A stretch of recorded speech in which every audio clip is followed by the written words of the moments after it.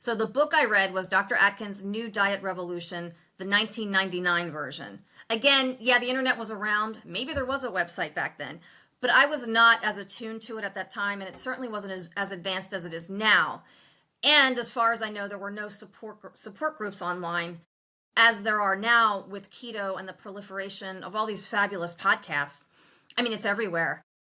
When I discovered it years later, I was blown away, and I almost didn't even know what keto meant. I knew what ketosis was from reading Dr. Atkins' book, but no one was calling it Dr. Atkins. No one was calling it low carb. Now it was known as keto, and I'm going back now probably at least 10 years that I started to discover these different podcasts.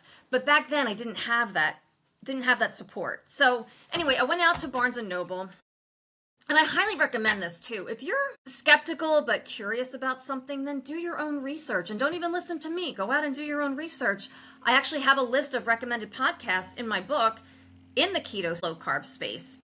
Listen to them, listen to their expert guests. I want to be very clear, as I always say in my introduction, I am just a patient, a happy patient, and this is my experience. I even have a disclaimer in the front of the book that tells people that this was my experience. I'm not guaranteeing that you're going to have the same experience that I did. It's intended for informational and inspirational purposes only, but I also do include a free guide that you can download on how to find the right functional medicine practitioner for you, what questions to ask, what qualities to look for. I just want to help people by providing the resources they need to do their own research, and that's what I'm doing here. So I highly recommend that. Anyway, that night I went to Barnes and Noble. I bought his book, Dr. Atkins' New Diet Revolution, the 1999 version. And before I did anything, I read it from cover to cover. And what was amazing to me was that it was in 4 phases. The induction phase, ongoing weight loss phase, pre-maintenance phase, and then maintenance phase. The more I read the book, the more I realized why so many people, including my coworker, misused the diet or misrepresented it to people because they didn't get beyond induction. Most people just stop there.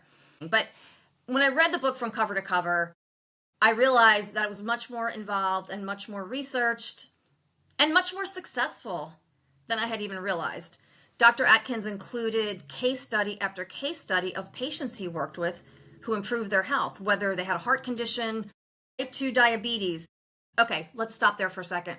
Talk about mind-blowing. I had so many relatives with what I now know was type 2 diabetes, including my maternal grandmother, an aunt on my mother's side, a great aunt on my mother's side, and some other people who I can't think of right now.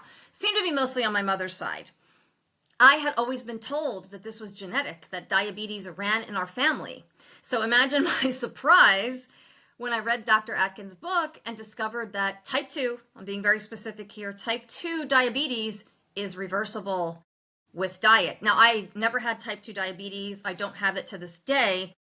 But looking back, I was also dealing with PCOS. I had mild symptoms like compared to many women who have PCOS.